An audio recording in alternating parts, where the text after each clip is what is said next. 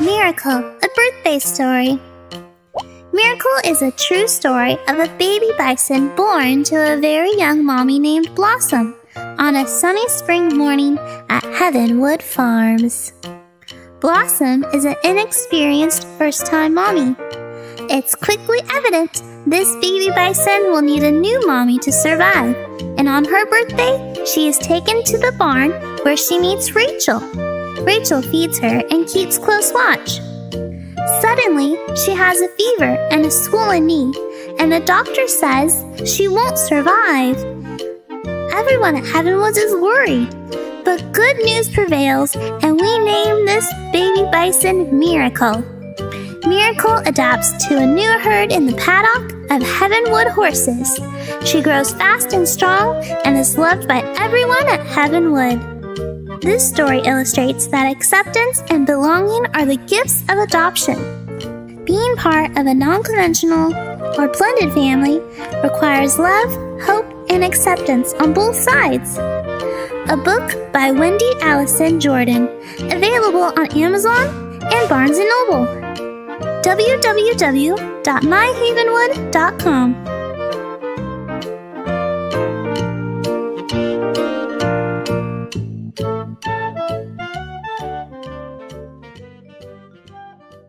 All right. Thank you for joining us. This is Alan Mashburn, a special edition of Carolina Conservatives, Preachers with a Punch.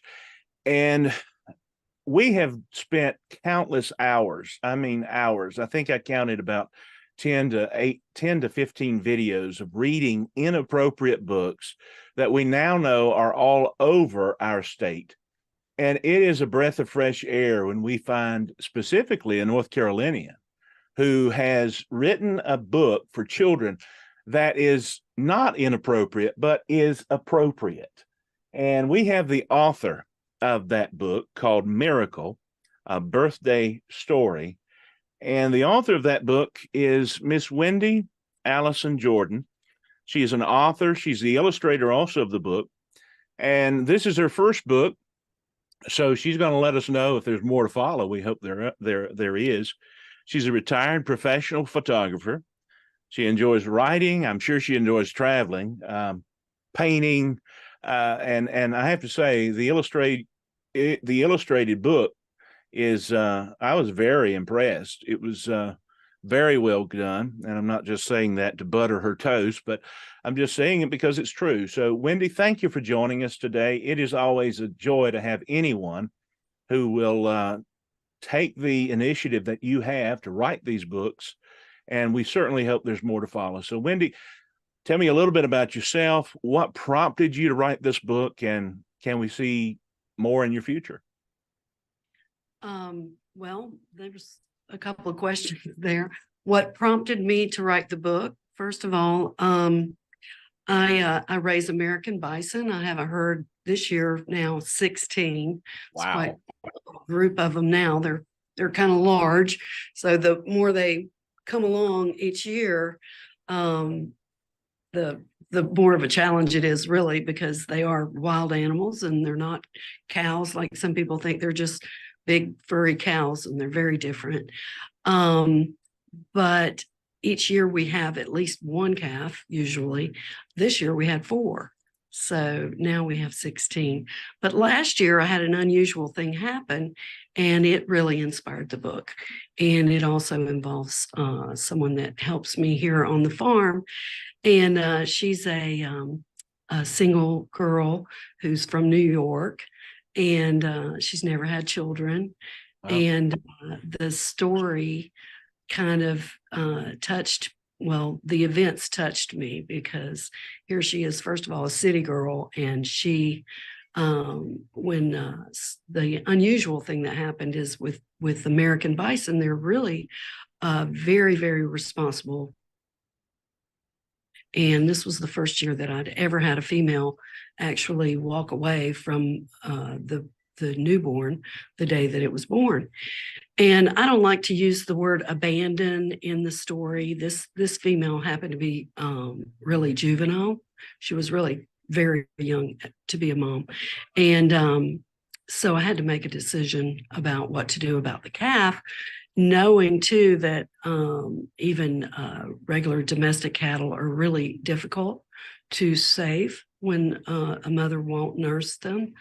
But we pulled her out of the field, and Rachel, my friend and helper from New York, she took this baby in like her own baby, and it just inspired me in many ways because I have an adopted grandchild, and it just the story just sort of flowed out.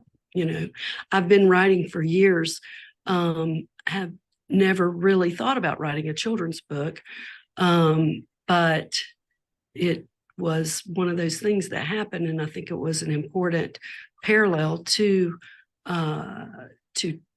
parents that have adopted children or blended families. And I have a blended family, so I know that the subject of acceptance and belonging is something that you don't always talk to your children about.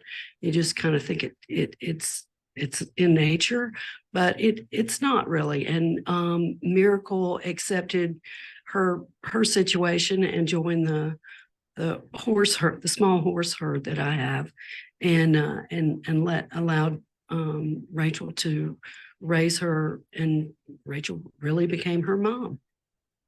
Wow. Well, it comes through the book, and I reread it again this morning while I was sipping on my coffee, and I was just thinking, this is really, you could see it was a true story, and that made it even more precious. And I don't know fully your background, but I can say this, as a pastor, you fully exhibit Christ, you fully exhibit God when you accept and you realize that there's no boundaries to family. There are no boundaries. And the older I get, the more I realize that. And so your book really exhibits that. And I want to commend you for that.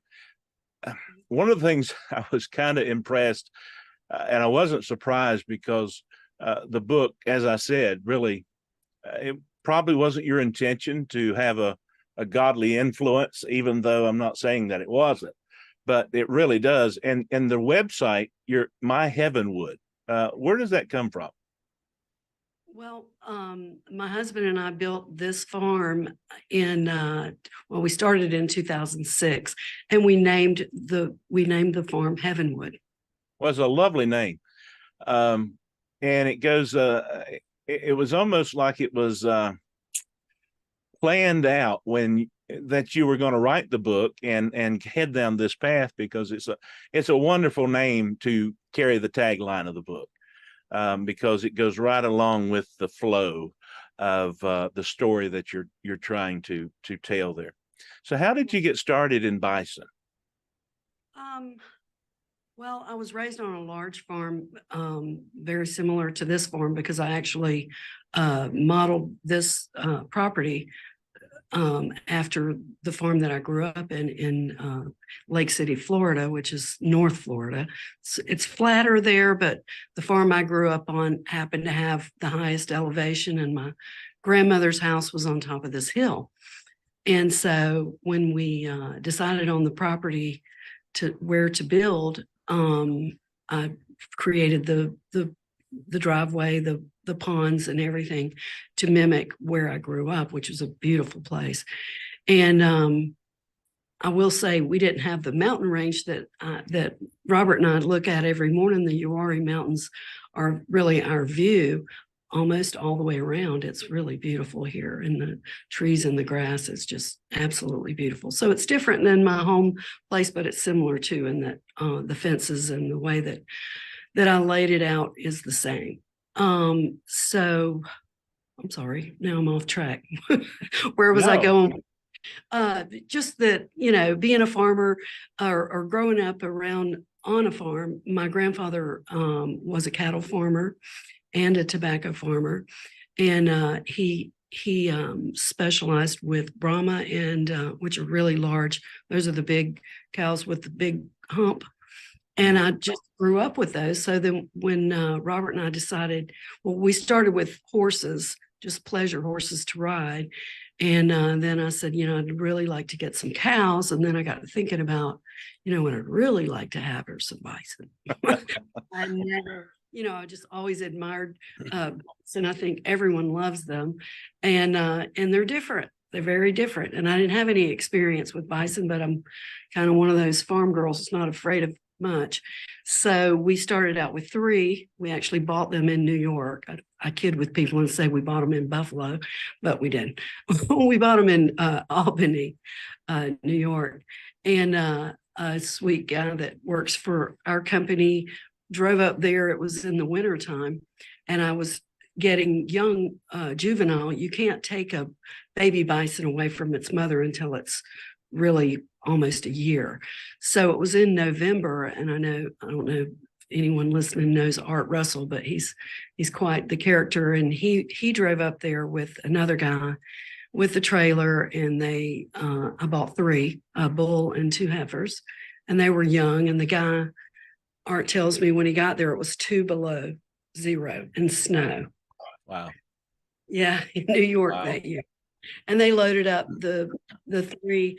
The guy said, well, they're out there. You'll have to cut them away from the mother, which was like, okay. So he did. I think Art said he almost got frostbite, but they managed to get them back to North Carolina. And that's Tonka, Sugar Baby, and Daisy. And those were the 3 that we started out with. And Sugar Baby to date has birthed 10 calves. Wow. Well, when you tell me you had a herd, I'm like, a herd? Wow. So I'm thinking, well, how many does it take to make a herd? So you certainly do. Well, let me let's wind down a little bit. How would you present this book to parents? And I'm sure you've had great feedback. I looked on your website and seen the reviews. Parents are receiving it. What we would love to see happen is see this in our public schools. This is wholesome. This is good. The lessons in this book are really, I mean, it's not just one lesson. It's a message of love. It's a message of acceptance, true acceptance. It's a message of adoption. There's just so much in here that is wholesome that you and I grew up on. You said you grew up on a farm, lessons that you actually learned and you're passing them along. So if we could have 100 more like you in this area, it would be great, because we really need to get books like this in the hands of all of our children, all of our parents, to help them in their raising of their children, and putting some good information out there. So are you on social media where anybody can reach you, and give us your website again? Okay, it's www.myheavenwood.com. I do have a miracle page on Facebook, and I do book signings. If you're interested in a book signing, you can reach me on the website or on Facebook as Wendy Alyson Jordan, or just go to the page, which is Miracle. And Heavenwood the farm has a page as well. Just reach out to me on Messenger, and I'll be glad to do a book signing. I've done several book signings, and it's always really special to do a book signing in elementary schools from kindergarten to 3rd grade, mostly. Mm-hmm. I've had wonderful responses. It's really interesting how quickly children of that age group grasp the story. And it's wonderful for me. I get choked up just on the memory. In Florida, I did a book signing at my elementary school, and a lot of the teachers there were my classmates. And I had a auditorium with third to fifth.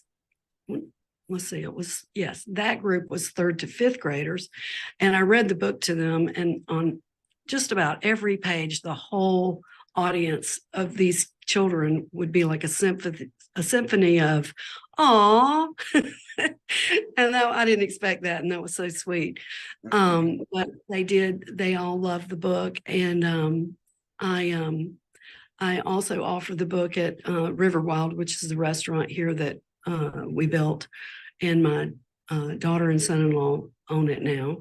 And so you can get the book there in person with the plush miracle that is a gift that goes with the book.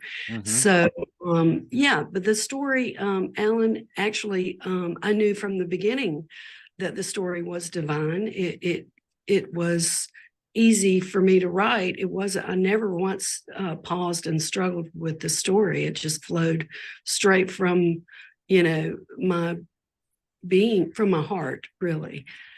And I knew that it would help parents that struggle with having new children of any age. An infant, of course, you're not talking to an infant, but you're waiting for that day when they might ask you, which my granddaughter did. It was just a natural thing for her because she has an older sibling and a younger sibling. And one day she wanted to know, am I adopted? And I don't know we don't know where she had that thought, but children, they're bright.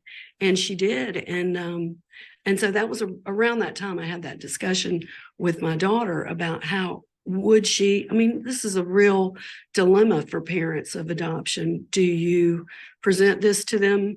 And when do you? When are they ready to have that discussion?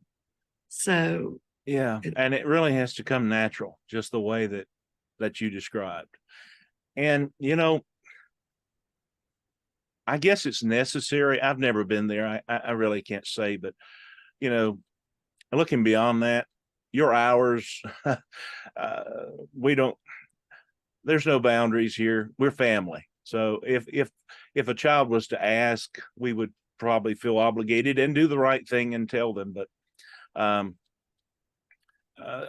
just to be honest with them. But at the end of the day, we are family. And as I said, there's no gray area in family.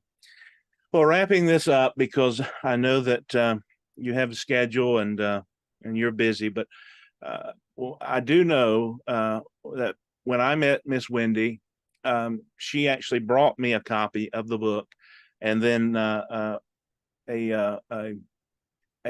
stuffed animal of Miracle to take to my son, John Luke.